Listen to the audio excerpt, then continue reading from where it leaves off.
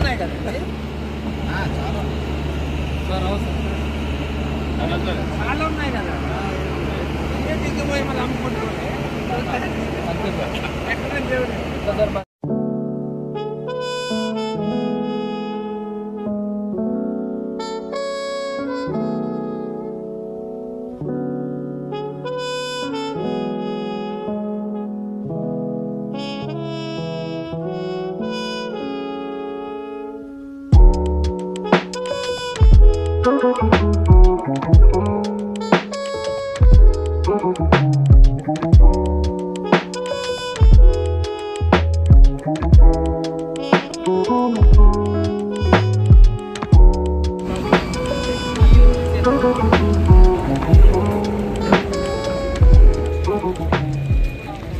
ఈరోజు గోదావరి నది ఒడ్డున వినాయక నిమజ్జనం జరగబోతుంది. ఈరోజు 5 రోజుల నుంచి డిపార్ట్మెంట్ ఈఓ పంచాయతీ గారు, అదేవిధంగా police department, revenue department EO గారు అందరూ హైదరాబాద్, వరంగల్ కానించి ఈ సంవత్సరం తక్కువ ఇంకా పోలిస్తే ఎక్కడెక్కడ నీళ్లు ఉండటం వల్ల, హెవీ రైన్స్ వల్ల చెరువుల్లో చాలా వరకు నిమజ్జనం చేయడం జరిగింది. కానీ గత 2-3 గడిచిన కాలంలో చాలా వరకు 3,000 నుంచి 4,000 వరకు వినాయకుని విగ్రహాలు భద్రాచలం రావడం జరిగేది. ఇప్పుడు ఈ సంవత్సరం కాస్త తగ్గాయి, 1,700 వచ్చేదంటారు. ఇంకా రావచ్చు, 500-600 వరకు కూడా రావచ్చు అనుకుంటున్నాం.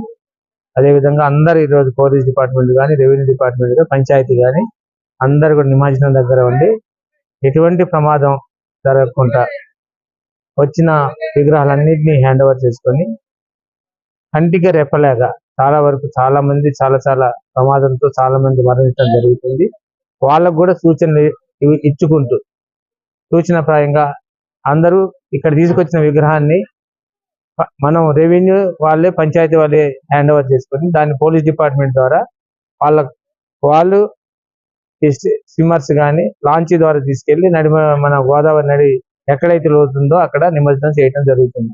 అదేవిధంగా ఈ సంవత్సరం అయితే అదృష్టం, ఒక చిన్న ఇన్సిడెంట్ తప్పించి ఎక్కడ కూడా ఎటువంటి ప్రాణ నష్టం లేకుండా నిమజ్జనానికి కట్టుదిట్టమైన భద్రత కల్పించి, అదేవిధంగా సిటీలో ఎక్కడ కూడా జీజేలు కానీ, ఎక్కువ పొల్యూషన్ ఉన్న సౌండ్స్ కానీ, లైటింగ్ సిస్టమ్ కూడా ప్రివెన్షన్ జరిగింది మన సిఐ గారి ద్వారా టౌన్. అదేవిధంగా పంచాయతీ ఇంత జరుగుతున్నా కానీ పంచాయతీ డిపార్ట్మెంట్ కూడా చాలా వరకు, పోలీస్ డిపార్ట్మెంట్ చాలా డిప్యుటేషన్, చాలా ఏరియాల నుంచి కూడా డిప్యుటేషన్ వేయడం జరిగింది. వాళ్ళకు కూడా ప్రత్యేకమైన ధన్యవాదాలు తెలుపుకుంటూ, అలానే మనం ఉన్న గ్రామ పంచాయతీ కానీ, రెవెన్యూ వాళ్ళకు కూడా ప్రత్యేకమైన ధన్యవాదాలు. ప్రత్యేకంగా మన ఉన్న టౌన్ సిఐ గారికి నిజంగా వారికి నిన్న చిన్న ఇన్సిడెంట్ జరిగినా కానీ ఈ ఊర్లో ఇంత నిమజ్జనం జరుగుతుందని ఆయన కూడా ఒక 3 రోజులు 4 రోజులు సెలవు తీసుకొని మళ్ళీ తిరిగి వచ్చి ఆయన డ్యూటీలో చేరి మళ్ళీ విధులను నిర్వహించడం జరుగుతుంది. అదేవిధంగా నిజంగా ఒక మంచి వాతావరణంగా భద్రాచలంలోనే నిమజ్జనం చేయాలని చాలా వరకు అందరు గోదావరిలోని పవిత్రతను కోలుకొని భద్రాచలంలో రావటం, నిమజ్జనం చేయటం, దానికి గాను కట్టుదిట్టమైన చర్యలు చేసిన డిపార్ట్మెంట్కి, పంచాయతీ కానీ, రెవెన్యూ కానీ, పోలీస్ డిపార్ట్మెంట్ కానీ, ఊర్లో కూడా ఎక్కడ కూడా ట్రాఫిక్ ఆంక్షలు లేకుండా ట్రాఫిక్ డిపార్ట్మెంట్ కూడా ట్రాఫిక్ కూడా ఎక్కడ జామ్ అవ్వలేదు. గతంలో 1-2-3 సంవత్సరాలు చూశాను, చాలా వరకు ట్రాఫిక్ జామ్ అయ్యడం జరిగింది. కానీ ఈ సంవత్సరం అలాంటిది ఏమీ లేదు.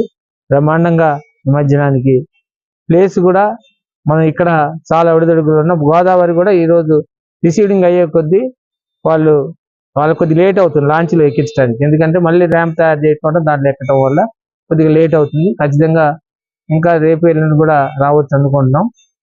ఈరోజు చాలా వరకు లాస్ట్ డే చాలా వరకు రిసీవ్ 17 వరకు వచ్చింది, 500 వరకు వస్తాయి. 2-3 రోజుల్లో కట్టుదిట్టమైన చర్యలు తీసుకొని ఖచ్చితంగా మంచి సూచనతోనే అందరూ పనిచేస్తారని వాళ్ళకు కూడా ప్రత్యేకమైన ధన్యవాదాలు తెలుపుకుంటూ, చాలా పెద్ద బందోబస్తు చేసి ఏ ఇన్సిడెంట్ కూడా జరగకుండా వాళ్ళందరూ పనిచేసి వాళ్ళకందరికీ ప్రత్యేకమైన ధన్యవాదాలు తెలుపుకుంటూ